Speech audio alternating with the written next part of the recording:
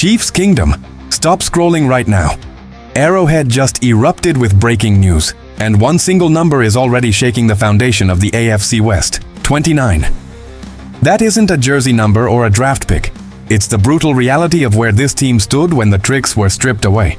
Patrick Mahomes is returning from a massive injury. A defensive edge rusher just went down with a torn ACL before veterans even unpacked, and an offensive tackle situation in Atlanta is dredging up the ghosts of last year's 11-loss collapse. Insiders warned us that this camp would be a battlefield, and here's the absolute truth. While rival fans in Denver and Las Vegas pray our window is closing, Brett Veach just made moves that could reboot this entire empire.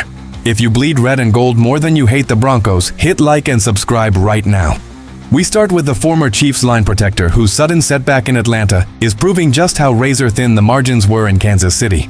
Stay locked, because the double cliffhanger at the end changes everything you thought you knew about this season. When the news filtered out of South Beach and Atlanta earlier today, plenty of fans in Kansas City took a collective breath, realizing just how close the front office came to complete disaster. The identity everyone is asking about, Jawan Taylor? And the locker room in Atlanta already knows something is terribly wrong. Taylor signed a brand new one-year deal worth up to $5 million with the Atlanta Falcons after they lost starting right tackle Caleb McGarry to a shock retirement in early April.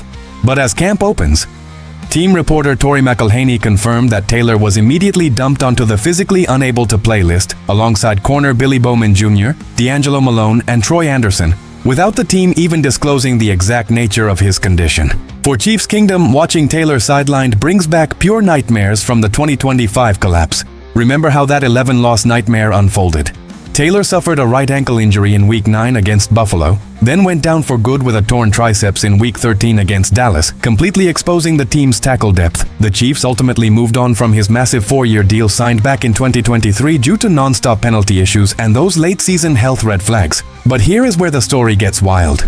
To cover for Taylor's absence, Atlanta is now leaning on another former Chief, veteran tackle Wanya Morris, whom they acquired in mid-June via a late-round draft pick swap in 2027, after rookie minicamp unearthed even more competition in KC, with names like Issa Pohl and Khalil Benson. Think about that for a second. Is our former depth across the offensive line really the best solution other franchises can find? Or did Kansas City dodge a multi-million-dollar bullet by letting them walk?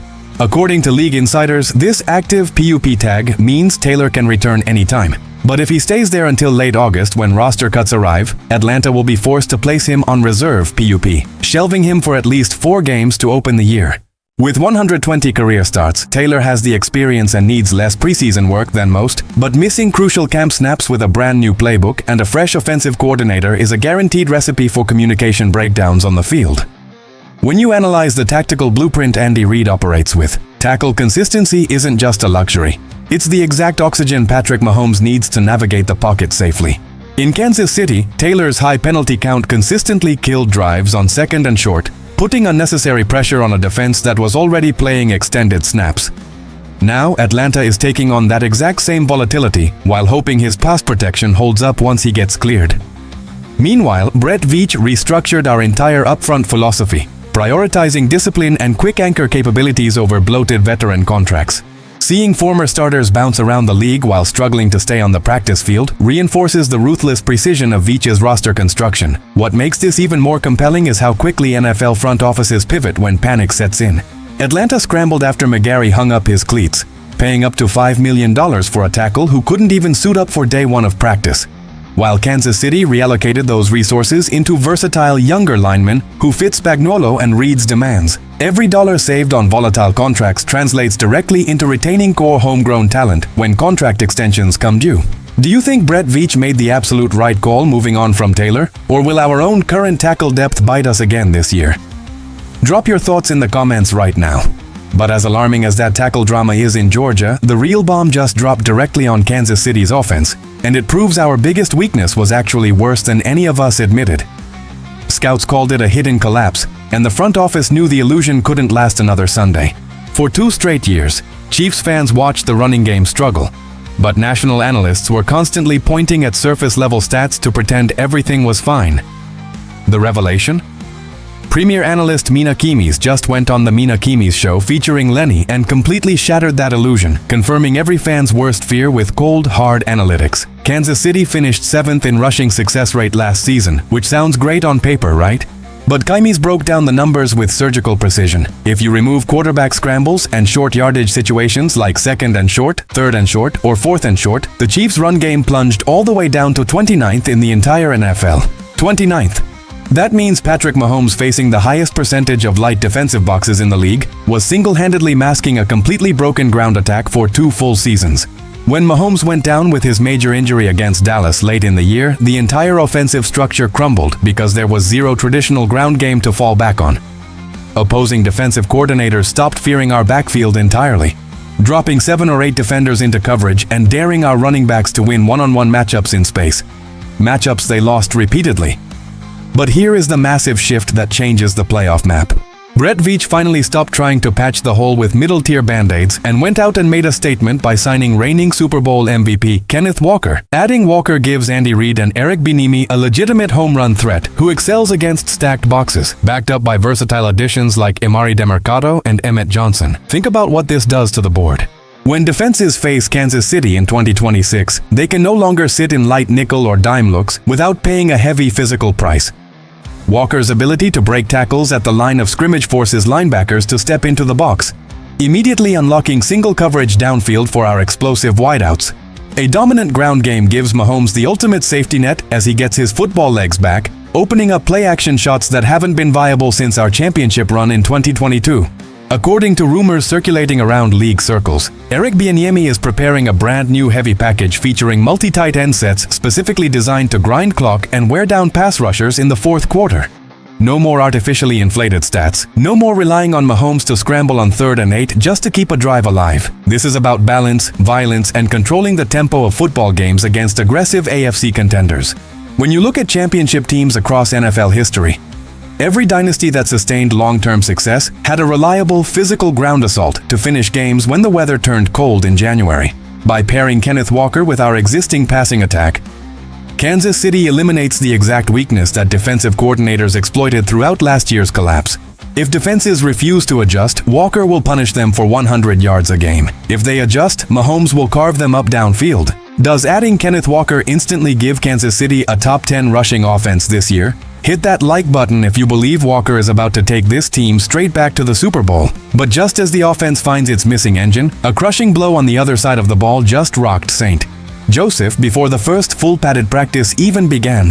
A move 6 months in the making just got completely derailed in a matter of seconds. Sources say the young defender was making serious noise during early rookie workouts, earning praise from the coaching staff for his relentless motor and technical growth. The name? Defensive end Ethan Downs. And his 2026 season ended before it truly started.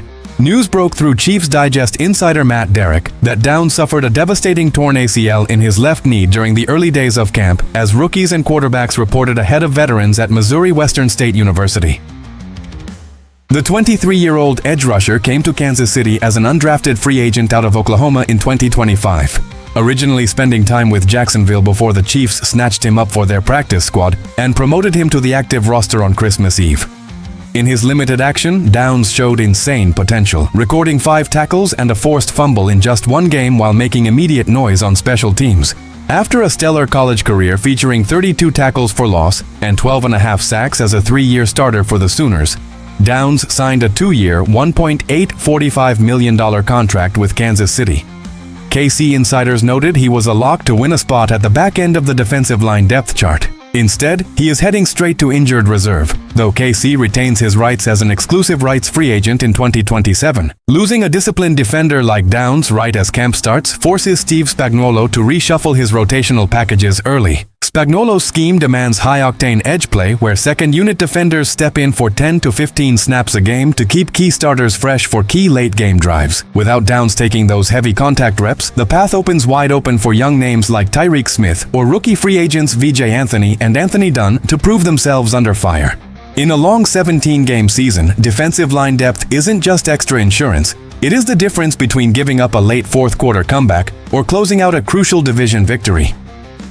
Downs had the physical profile and high motor effort Spags loves, and stashing him on IR means KC will have to spend extra time evaluating unproven talent throughout the preseason slate.